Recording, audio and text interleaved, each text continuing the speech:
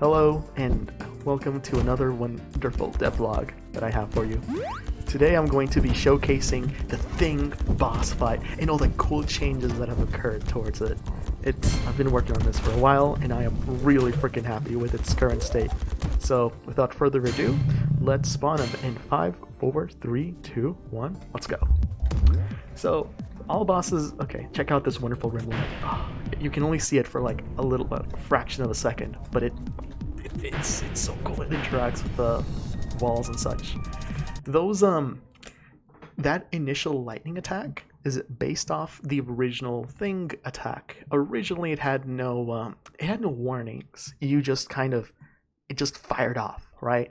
And you just had to kind of guesstimate. It was a really horrendous attack because you only had a split second warning. You had like a quarter of a second warning maybe to just sort of see that the attack was getting stronger, and the only thing that you had to defend yourself was by properly dodging at the right time, and it was really terrifying. And that is how the Thing boss fight is going to be starting out his fight. But after that, all of his attacks are going to be telegraphed from now on.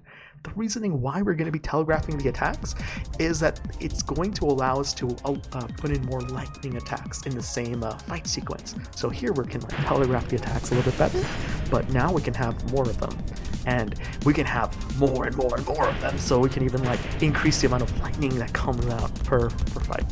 And then we have this new attack, which was created for the sole purpose of having an attack that interacts with the dungeons, right? If we have a boss and we put him in a dungeon, why not have him in his own boss arena? What makes it so interesting by having him in his, in the dungeon? And I feel like a lot of it really has to do with the interactions it has with the, walls and stuff. Sometimes you can get really good generation, sometimes you can get bad dungeon generation that can make the boss fight harder or easier. And that's why that attack was created, was to just take advantage of that. And also, as you can see, you can actually just hide from the attack, which makes the attack really nice to, it's kind of like a breather attack in a way, taking a break.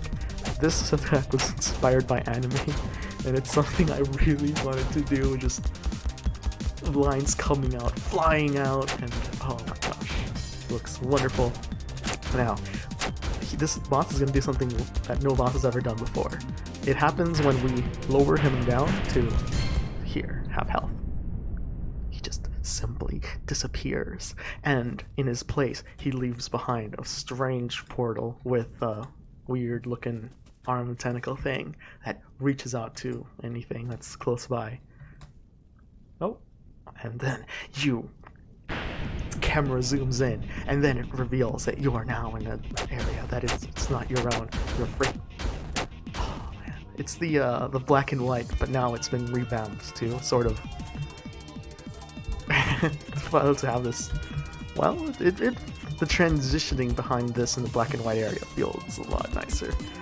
I know I said I wouldn't have boss arenas, but this boss arena was so good, and it was such a fan favorite. It was my favorite to make and stuff, so I really didn't want to scrap it. So felt like this would be one of the ways we could make the fight unique by giving him the most amazing boss arena in the entire game. But that's not all. Even though his attacks are a lot harder, and you can see now you don't have walls to defend yourself, so the attacks can get really okay. So what happens now? You can't deal damage anymore. His defense is too high when he's at 1 health. In fact, his attacks are so strong that he can only oh, what's that? A lightning attack, but it was yellow. That's weird. But there was a sword icon. I'm really hoping that at that point players are just going to maybe I can attack with the sword? Use the sword in another way. What? I'm certain people are gonna get a little confused, they're like, oh, I can't deal damage to this boss fight, how can I kill him? It's terrifying. It's like, wait, sword, deflecting things, lightning, and maybe they'll connect 2 and 2 together, and then in this moment of climax, they're just gonna go, I think I know what to do, and deflect.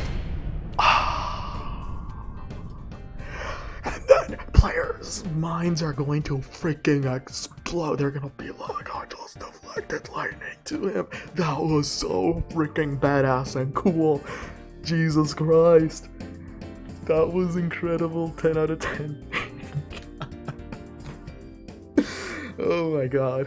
That was the boss fight in a nutshell. And that's the I'm really happy with how it turned out. It was almost pretty much exactly as I had envisioned it in my mind. The way he starts out, the way he makes this creepy, weird boss arena, the hand that takes you just like in Wind Waker's Floor Master things. It takes you to a universe that's just in black and white. It's just so amazing, and being able to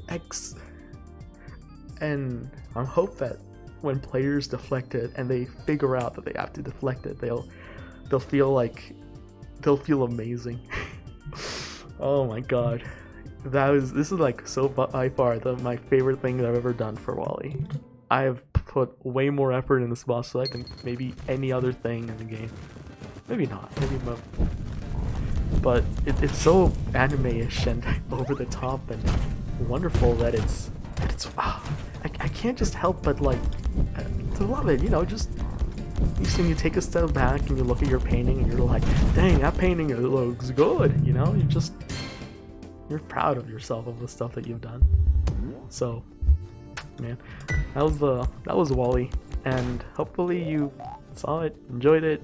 Try it out whenever the update goes live. I'll make sure I post an update on Discord. But yeah, thank you very much for taking the time to watch this devlog. If you have any questions, please post them. I will do my best to answer them. Have a wonderful day and a wonderful life, and thank you for taking the time to check this out. Later.